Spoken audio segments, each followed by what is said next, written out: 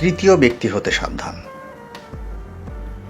উচ্চ বেতনে চাকরি করা এক যুবক আরেক গরিব যুবককে প্রশ্ন করল, তুমি কোথায় চাকরি করো? একটা কোম্পানিতে। স্যালারি কত? 10,000 টাকা। মোটে 10,000? চলো কিভাবে? তোমার মালিক তোমার প্রতি অবিচার করছে। তুমি যেই ছেলে, তোমার যা যোগ্যতা, তাতে হেসে খেলেই তুমি অনেক টাকা বেতন পেতে পারো। যুবকের মেজাজ খাট্টা হয়ে গেল। নিজের কাজের প্রতি ও বসের প্রতি বেজায় রুষ্ট হয়ে উঠল। পরের দিন গিয়ে সরাসরি বসকে বেতন বাড়ানোর কথা জানালো। কথা কাটাকাটি হওয়ার এক পর্যায়ে বস তাকে চাকরিচ্যুত করল। এখন যুবকটি বেকার। তোমার প্রথম সন্তান হলো বুঝি? জি। তোমার স্বামী এ উপলক্ষে তোমাকে কিছু দেয়নি? উপহার, টাকা বা এ জাতীয় কিছু? না, কেন দিবে? এ তো আমাদেরই সন্তান। উপহার বা টাকা দিতে হবে কেন?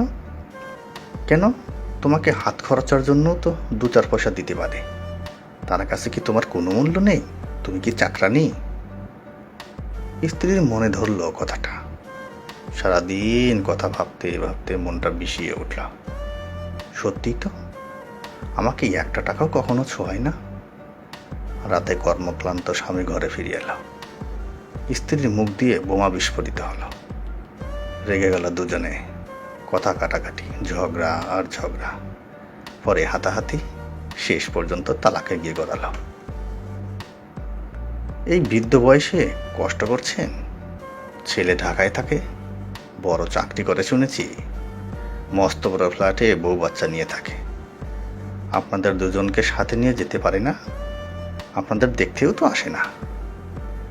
না না, ছেলে আমার খুবই ব্যস্ত, টাকা পাঠাই তো, ফোনেও খোঁজ খবর নেয় নিয়মিত। কি এমন ব্যস্ততা তা শুনি? নিজের জন্মদাত্রীকে দেখতে আসার সময় হয় না?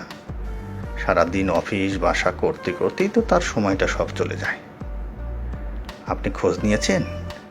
সে ঢাকায় বাড়ি গাড়ি হাঁকিয়ে বেড়াচ্ছে, আর আপনারা অজপাড়া গায়ে ঢুকছেন। বৃদ্ধ বাবা বাসায় এসে স্ত্রীকে খুলে বলল। স্ত্রীও কথা দিল, আপনি ভুল শুনেছেন, সে আসলেই ব্যস্ত। না, সে কি মিথ্যা বলতে পারে? আহারে, কাকে বুকের রক্ত পানি করে বড় করলাম। এটা ভেবেই করে বসলেন ব্রেন স্ট্রোক বা হার্ট অ্যাটাক। এবার আসি মূল কথায়। কিছু নিরীহ অযাচিত প্রশ্ন আমাদের সুখী জীবনকে ক্ষণিকের মধ্যেই দুঃখী করে দিতে সক্ষম। আমাদের সমাজে ছদ্মবেশী দরদিরা নিরন্তর শান্ত জীবনে অশান্তির দাবানল জ্বালিয়ে দেয়।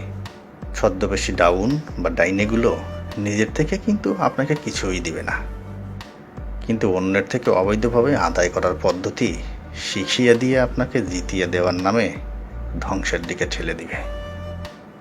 তাই তৃতীয় ব্যক্তি হতে সাবধান।